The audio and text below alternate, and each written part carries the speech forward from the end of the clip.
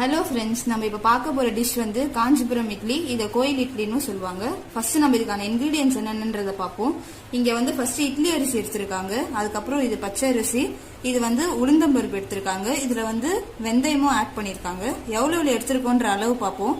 இட்லி அரிசி 1 கப் எடுத்திருக்காங்க, பச்சரிசி 1 கப் எடுத்திருக்காங்க, உளுந்தம்பருப்பு 1 கப் தான் எடுத்திருக்காங்க. இதுல வெந்தயம் மட்டும் 1/2 டீஸ்பூன் ஆட் பண்ணிருக்காங்க.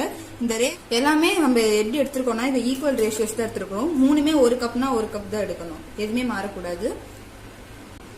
இதை வந்து நம்ம 6 hours ஊற வச்சுட்டு அதுக்கப்புறம் தான் நம்ம அரைக்கணும்.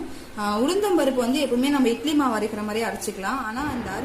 இந்த அரிசியை வந்துட்டு குறை நற மாதிரி அரைச்சிக்கோங்க. அந்த கன்சிஸ்டன்சி காமிச்ச அரிசியையும் உளுந்தம்பருப்பையும் அரைச்சி வச்சிருக்கேன். இந்த மாதிரி நல்லா கன்சிஸ்டன்சிக்கு வரணும். நீங்க நைட் அரைச்சி வச்சீங்கன்னா காலைல எடுத்து யூஸ் பண்ணிக்கலாம். ரொம்ப தண்ணியாவும் இருக்கக்கூடாது, இந்த மாதிரி கொஞ்சம் திக்காவே இருக்கணும் மாவு. இப்போ இது தாளிக்கிறதுக்கு தேவையான பொருள் கருவேப்பிலை எடுத்திருக்காங்க, அதுக்கப்புறம் சீரகம் எடுத்திருக்காங்க, மிளகு எடுத்திருக்காங்க, இஞ்சி திருகி வச்சிருக்காங்க, பெருங்காயம் எடுத்திருக்காங்க, அதுக்கப்புறம் முந்திரி வந்து ஆப்ஷனல், வேணும்னா போட்டுக்கலாம், இல்லைன்னா வேண்டாம். இப்போ நம்ம தாளிக்க போறோம். ஃபர்ஸ்ட் கடாயில எண்ணெய் ஊத்திருக்கோம். எத்தனை ஸ்பூன்னா 5 ஸ்பூன் எண்ணெய் ஊத்திருக்காங்க. அதுக்கும் மேலேயும் ஊத்திக்கலாம். தேவைப்பட்டா நெய் கூட ஆட் பண்ணிக்கலாம்.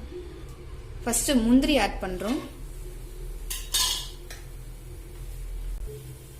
முந்திரி ஆப்ஷனல்னு சொல்றவங்க ஃபர்ஸ்ட் சீரகம் டைரக்டா ஆட் பண்ணிக்கலாம். சீரகம் பெப்பரும் சேர்த்து ஆட் பண்ணிருக்காங்க. அடுத்து இஞ்சி ஆட் பண்ணணும்.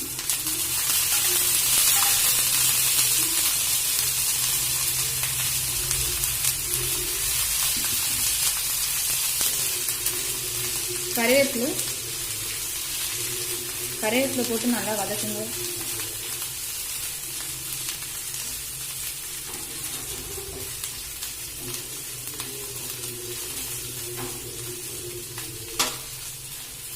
நல்லா பொரிஞ்ச உடனே இதை அந்த மாவுல எடுத்துட்டு அப்படியே ஆட் பண்ணிக்கலாம். தாளிச்சு போட்ட பிறகு நல்லா இந்த மாவு மிக்ஸ் பண்ணி விட்டுருங்க.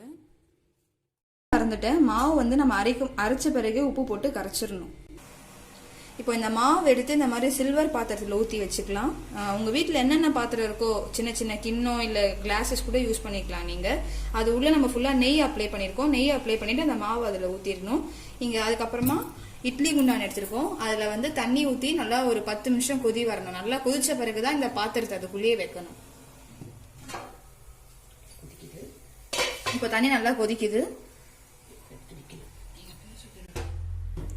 எடுத்து இந்த மாதிரி உள்ள வச்சிருங்க. வச்சுட்டு க்ளோஸ் பண்ணிடுங்க.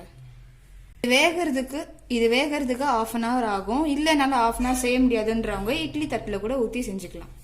இப்போ நம்ம 30 மினிட்ஸ்க்கு அப்புறம் இதை ஓபன் பண்ணி பார்க்கணும் எப்படி வந்திருக்குன்ட்டு. இந்த மாதிரி இந்த ஸ்டிக் வச்சு நீங்க உள்ள விட்டு எடுத்து பாத்தீங்கன்னா தெரியும். இந்த மாதிரி ஒட்டாம வந்திருக்குன்னா இட்லி நல்லா வந்திருக்கு. நல்லா இந்த இட்லி ஆறிட்ட பிறகு எடுத்தோம்னா இப்படி கவுத்தோட இந்த மாதிரி வரும். அதுக்கப்புறமா நம்ம இந்த மாதிரி ஸ்லைசஸா கட் பண்ணி வச்சுக்கலாம். இதுக்கு என்னென்ன சைடிஷ் சாப்பிடலாம் அப்படின்னு பார்த்தோம்னா பருப்பு பொடி, புதினா சட்னிலாம் நம்ம சைடிஷா எடுத்துக்கலாம். சுவையான காஞ்சிபுரம் இட்லி ரெடி.